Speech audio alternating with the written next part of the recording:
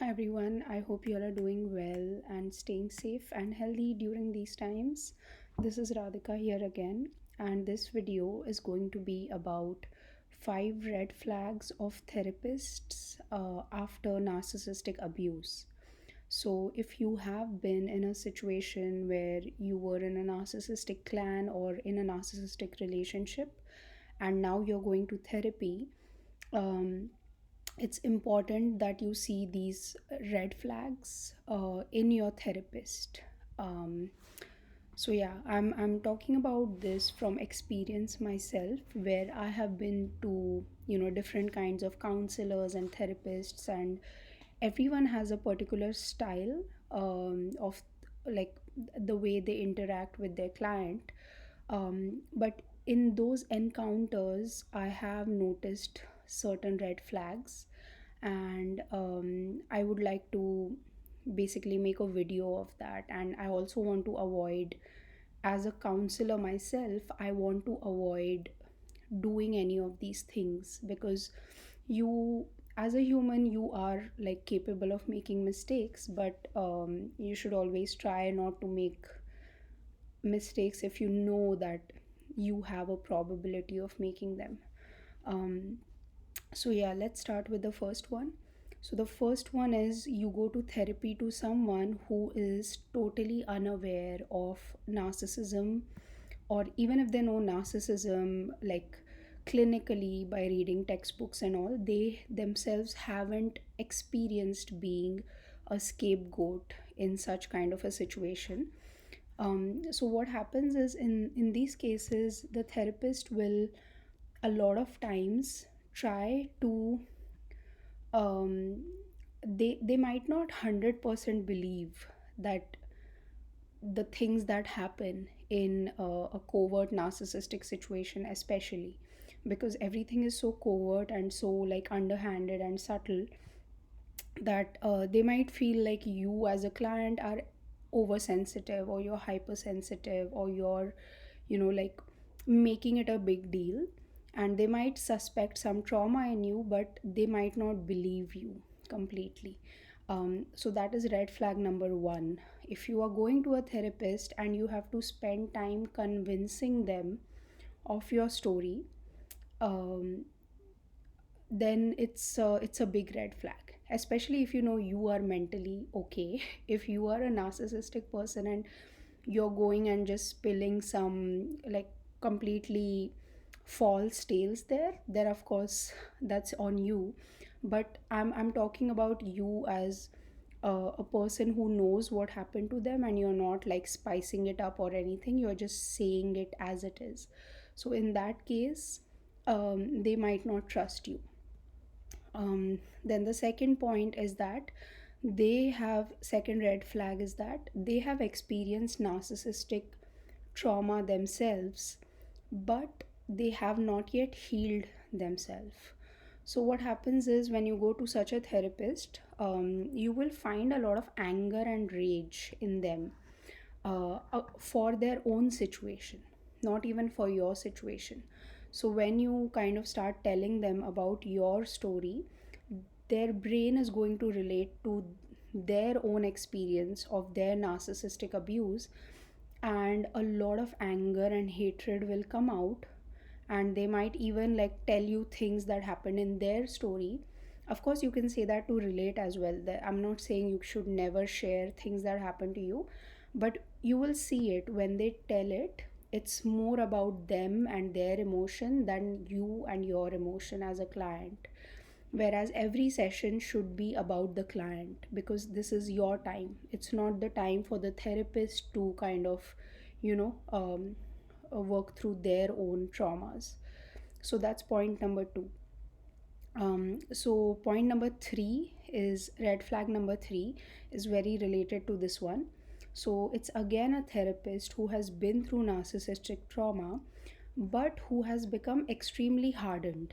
So maybe they are not angry, but they have just understood the reality of life, and maybe they are enlightened at this point, so they have completely detached with everything around them, with their story, with their experience, with everything.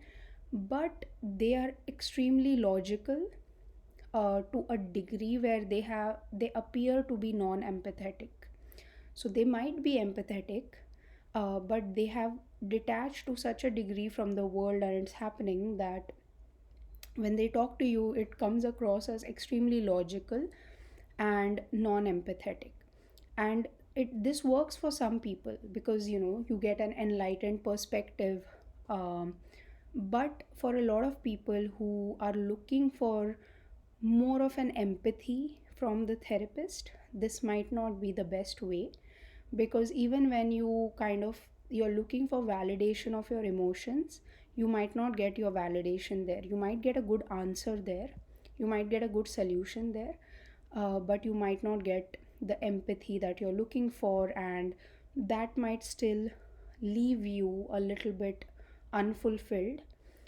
Because especially as a scapegoat, the main problem is that your emotions have not been validated. And so when you go to a therapist who's extremely logical, they cannot provide you with validation for your emotions because they are extremely logical, so they don't go into their emotions so much. So that's red flag number 3. It's not too bad, but just a red flag. Then number 3 is that, sorry, number 4 is that the therapist keeps you hooked onto them. So you have become like a source of income for them, almost like a supply. Instead of narcissistic supply, this is like money supply.